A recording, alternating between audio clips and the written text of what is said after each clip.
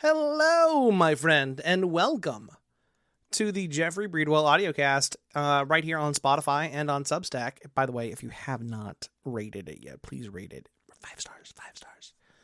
5 stars, please rate it 5 stars because it's awesome. I don't know what I'm saying anymore. The energy drinks have kicked in and now I'm quite closet with my things. Anyway, this blog that we got today is going to be also on jeffreybreedwell.com/blog. Again, that's Jeffrey, Geoffrey, Breedwell, just like I would breedwell.com/blog. This one today is going to be titled Sex Jokes, Punk Rock, and My Dad. What I tell my teenage self. Nostalgia. This blog is full of it, full of nostalgia, full of even like what I did as stand-up comedy. So you'll kind of get a little bit into me about the way I was when I was a teenager and what I would tell my teenage self and my relationship with my dad. So, and this actually was the first place in the public that we put out something for that. I learned that from my mom. She saw it and she's like, yeah, we didn't tell people that yet. And I'm like, oh, wait, what? And she's like, yeah, but it's okay. It's out there now. He's dead. So, yes, my dad has passed, sadly, but this is what it is. This blog is going to be from May 26th. This blog was not written in a notepad document of my old work. In fact, this blog was written in my chair in my desk. Now, I'm not putting it that way. It wasn't written in my chair. Like somebody didn't etch it in my chair. But like, dear ladies and gentlemen, Jeffrey Breedwell. No, that did not happen. I'm not sitting on the words right now. I wrote it while in my chair, at my desk, at my house. Which is where I wrote most of the blogs anyway, from here on out. So, just in case you were wondering, probably weren't, but just in case you were, that's what happened. Okay, here we go. Sex, jokes, punk rock, and my dad. What I tell my teenage self. Ladies and gentlemen, Jeff Breedwell, the host said to polite applause from the Impromptu Comedy Club. This is the bar car. It was situated in Nashville, Tennessee, at Cummins Station, right off the train tracks. At the tenant space to the furthest south sat a bar with an industrial theme. A stage with several tables sits 50 feet away from the bar around a load-bearing pole. This was the open mic where I started my stand-up career. This is where I worked out all my jokes and discovered what was funny and what wasn't. Most of my material at the time was not. How we doing? I said into the mic. You heard right. My last name is Breedwell, and I do breed well, just not with people yet. I was a sophomore virgin in high school when I came up with that joke, which was very literal and clearly about masturbation. 2 years later, it was considered a bestiality joke when I did stand-up in my high school senior night, where I offended so many people that parents were demanding their money back if I was on the video. Good times. I was 16. I had my own internet radio station, WNYD, run from the bonus room of my house. This was 2002, okay? It was the height of the popularity of Black Hawk Down, Tobey Maguire, and flip phones. And believe it or not, just after 9/11, and before fidget spinners became a thing. But if my current self, who is currently holding on to 39 at the time of writing, now 40, like it is a life jacket on a boat in a hurricane, could tell my 16-year-old self something, what would I tell myself? To be completely honest, these kinds of questions spin my head into a tempest of what-if scenarios so bizarre they belong in a science fiction novel. If I had interfered with myself in any way, I'd be somewhere completely different. There'd be a chance where I hadn't met my wife, had my kids, or started writing. There'd be great chances that had any future warnings or logic came to be, I might not be alive. Ooh, this blog just went dark. And for the sake of the blog, I'll continue with the thought experiment to give you two things I'd tell myself as a teen that I'd probably not listen to. Number one, You are a high-functioning autistic with ADHD, and so is your dad. Spend as much time with him as possible and intervene in his life incessantly. It wasn't possible for psychologists and mental health professionals to diagnose a patient with both autism and ADHD in 2002. It wasn't possible for psychologists and mental health professionals to diagnose a patient with both autism and ADHD in 2002. It wasn't for another 11 years with the revision of the DSM-5 that made it possible to have both conditions together. And it's still not an official diagnosis in the DSM. As a fourth grader, I was diagnosed with ADHD initially by someone in the school and then by my pediatrician. At 14, I fractured my skull skateboarding.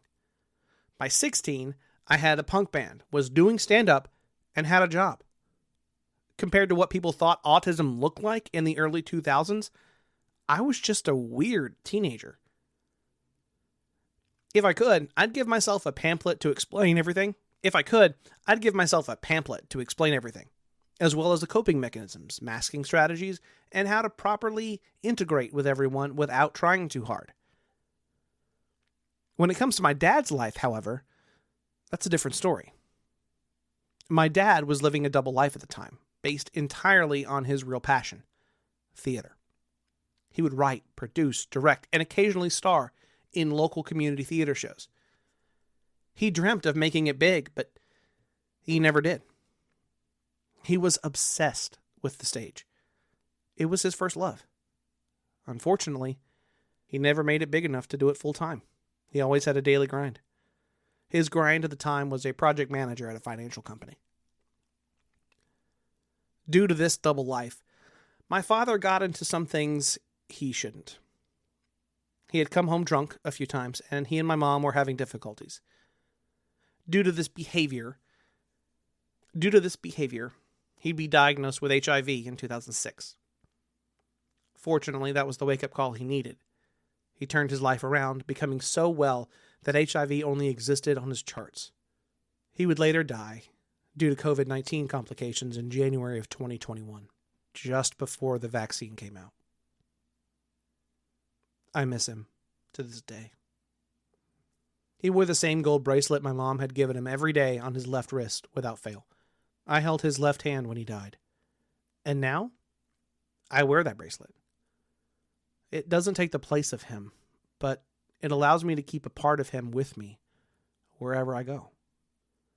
Intervening in his life might have created some fights, some more punishments, but it also might have become a wake-up call.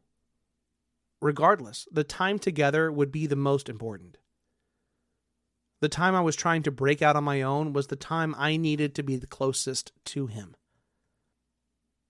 Number 2. Keep playing the music, and for the sake of everything holy, take singing lessons. Also, don't worry about playing things live, just play the songs. In 2002, the band Yellow Snow was a garage punk band inspired by the likes of Green Day and Blink-182. We had eyes for fame, but a short-lived flame. We had our biggest run through our small town of Mount Juliet, Tennessee, and we were on the outs. My brother was on his way towards a life on the road as the lead singer of Alcina, and our guitarist and good friend, Justin, was still on his way to being part of one of the biggest bands to hit Mount Juliet a few years later, Fridays Mean Tanya. Unfortunately, they would later collapse. Justin plays guitar in an awesome band now, and he frequents TikTok and Instagram. Wes got out of the music business and now leads a quiet life in Mount Juliet, less than a mile away from where we grew up. I was the drummer for Yellow Snow, and I loved every minute of it. I still love drumming, even though I don't have a drum set. If you'd like to donate to the Get Jeff a Drum Set and Take Off His Wife and Neighbors Fund, please hit the contact form on the website of the blog just to let me know, or you contact me through my social media. I learned by imitating Travis Barker, Trey Cool, and Cyrus Baluki before moving on to bass to learn through Mark Hoppus, Mike Dirt, and Ian Garushka. I'd then learn acoustic guitar, trying to do the imitation game, but I gave up on learning lead for the rhythm and chords. I wrote my own stuff for my own music called Black Hearted Renaissance, BHR. And had I taken the advice above, it probably would have been a lot better. In 2006, I fell on hard times economically, and I had to sell everything. My dad was even like, "Don't sell your guitar," but I did. I have yet to buy everything back since.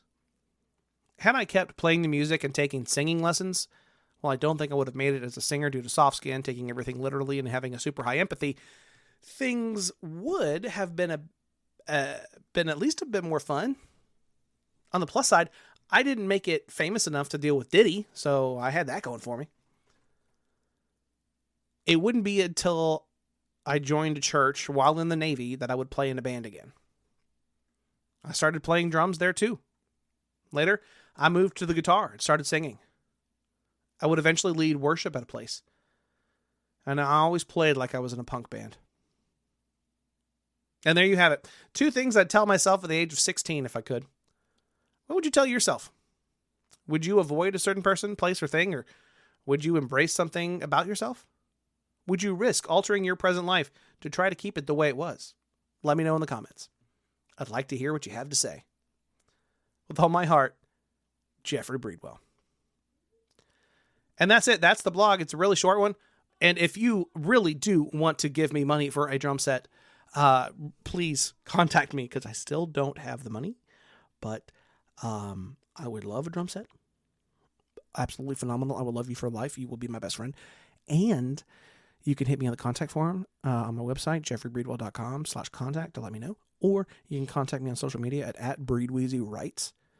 Well, it's BreedWheezy.Writes, whatever. You can contact me on there, and we'll arrange something to where you can get me a drum set, and you'll be my best friend for life. If you want to donate to me.